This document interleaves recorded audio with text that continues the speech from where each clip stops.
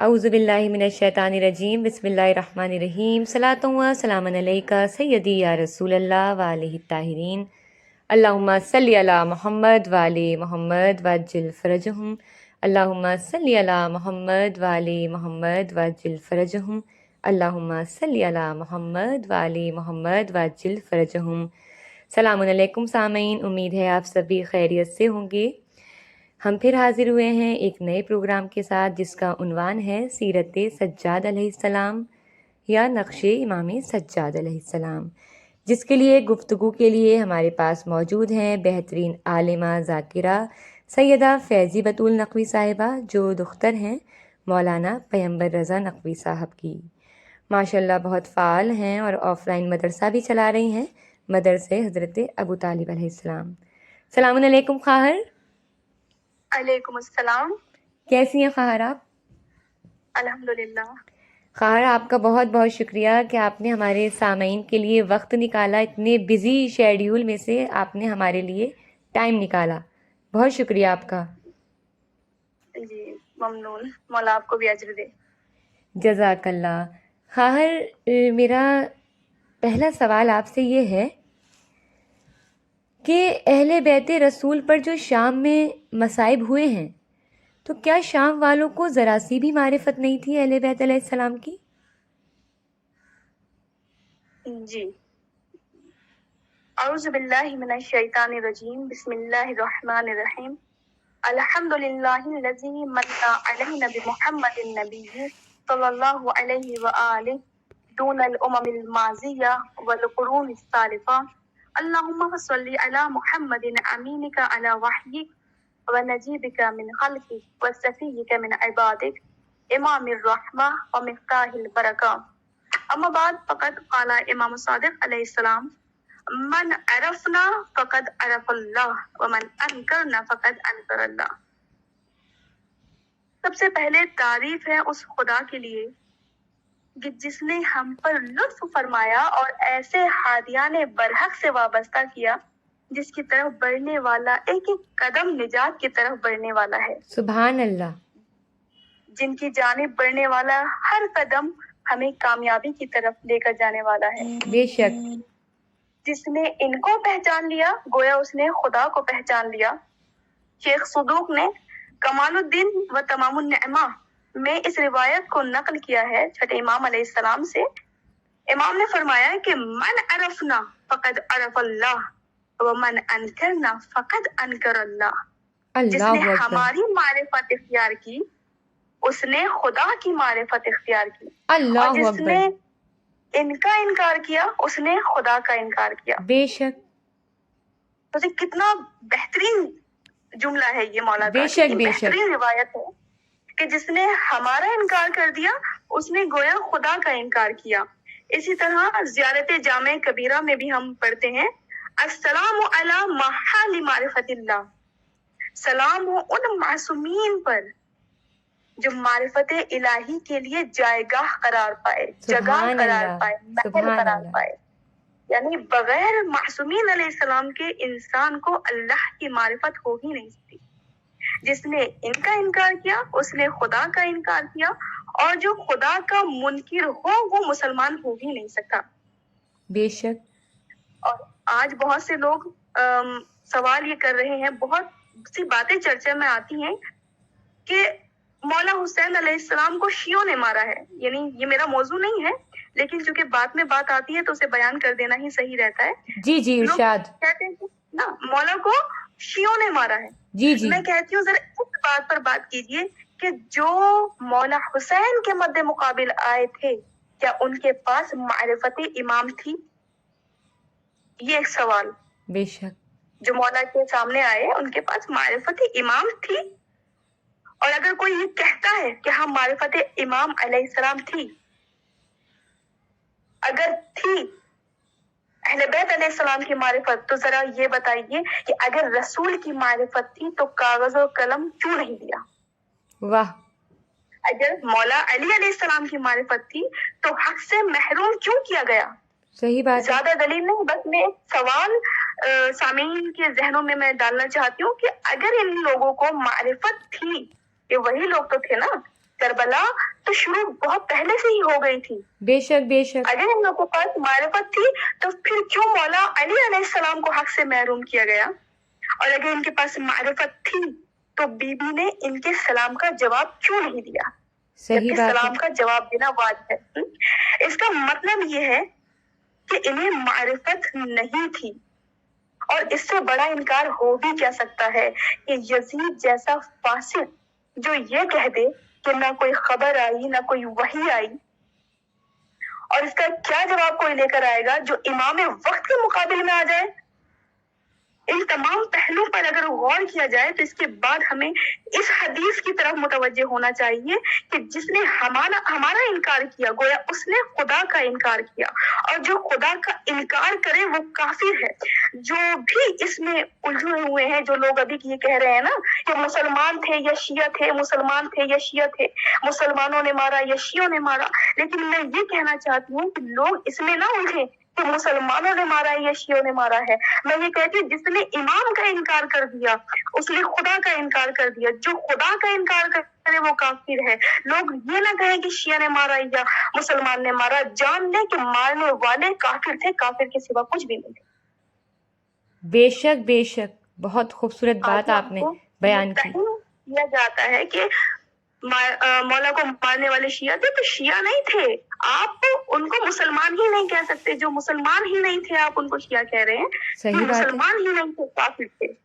بالکل صحیح اب اس بات. کے بعد میں اپنے موضوع پر آتی ہوں کہ جی جی. یہ اہل شام کیوں مولا کے ساتھ انہوں نے یہ کام انجام دیا؟ جی کیا ان کے پاس ذرا بھی اہل بیت علیہ السلام کی معرفت نہیں تھی؟ آخر وہ کیا ریزنز تھے، وہ کیا وجوہات تھی کہ جس کی وجہ سے اہل شام میں وہ مصائب اور وہ حالات پیش آئے مولا سجاد علیہ السلام کے کہ جو واقعی بھلائے نہیں جا سکتے. تاریخ انسانیت کو جھنجھوڑ کر رکھ دیا ہے. ایسے ایسے حالات رونما ہوئے. تو اس کا سب سے پہلا جواب یہ ہے کہ اگر ہم تاریخ کا مطالعہ کریں تو ہمیں معلوم ہوگا یہ جو شہر شام تھا نا، 40 سال 40 ایئرس معاویہ نے اس شام میں حکومت کی تھی. اچھا. 40 سال 40 ایئرس معاویہ علیہ اللعنت والعذاب نے یہاں پر حکومت کی، اور اس کا کام یہ تھا کہ اس شہر کے لوگوں کو اہل بیت کی دشمنی پر آمادہ کرتا تھا. اب آپ سوچئے، خود عقل سے سوچئے، اگر کسی بھی جگہ کی کوئی بڑی شخصیت ہو، اس کو بدنام کرنا ہو، اس کی ویلیو کو گھٹانا ہو، تو وہاں کے لوگوں کا برین واش کر دیا جاتا ہے، اس کی طرف سے مائنڈ ڈائیورٹ کر دیا جاتا ہے تاکہ اس کی اچھائیاں لوگ دیکھ ہی نہ سکیں. صحیح. تو لوگ اس کی طرف سے متنفر ہو جاتے ہیں، اور یہی کام معاویہ نے کیا. شام میں 40 سالہ حکومت میں معاویہ نے جو کام کیا تھا وہ یہی تھا کہ اہل شام کو اہل بیت علیہ السلام کی دشمنی پر آمادہ کیا جائے. کوئی آشنائی نہیں تھی اہل شام کو، کوئی معرفت نہیں، اور برائی سے اہل بیت علیہ السلام کو پہچانوایا جا رہا تھا کہ یہ اہل بیت علیہ السلام ایسے ہیں. اور یہی وجہ تھی کہ مولا کائنات کو اسی شہر کے ہزاروں ممبر سے ناسزا کہا جاتا تھا، برا بھلا کہا جاتا تھا. یہ معاویہ کی ہی چال تھی، اور یہ معاویہ نے ہی زمینہ فراہم کیا تھا. اس طرح برین واش کر دیا تھا اہل بیت علیہ السلام کی جانب سے کہ لوگ امام علی علیہ السلام کو ممبروں سے ناسزا کہہ رہے ہیں.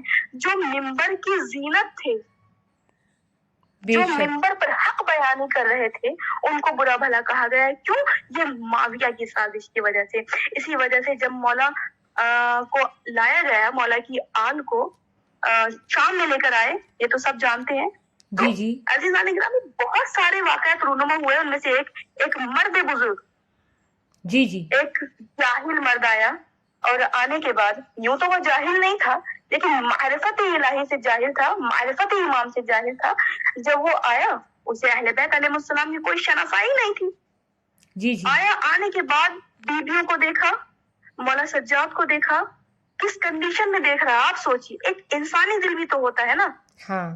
بیبیاں ہیں، ہاتھوں میں رسیاں بندھی ہوئی ہیں، چہرے پہ بال بکھرے ہوئے ہیں، صدمے دیکھ کر آئی ہیں، نہ جانے کن کن مظالم کو سہ کر آئی ہیں. ان تمام چیزوں کو دیکھنے کے بعد وہ مرد کہتا ہے الحمدللہ الذی قتلکم،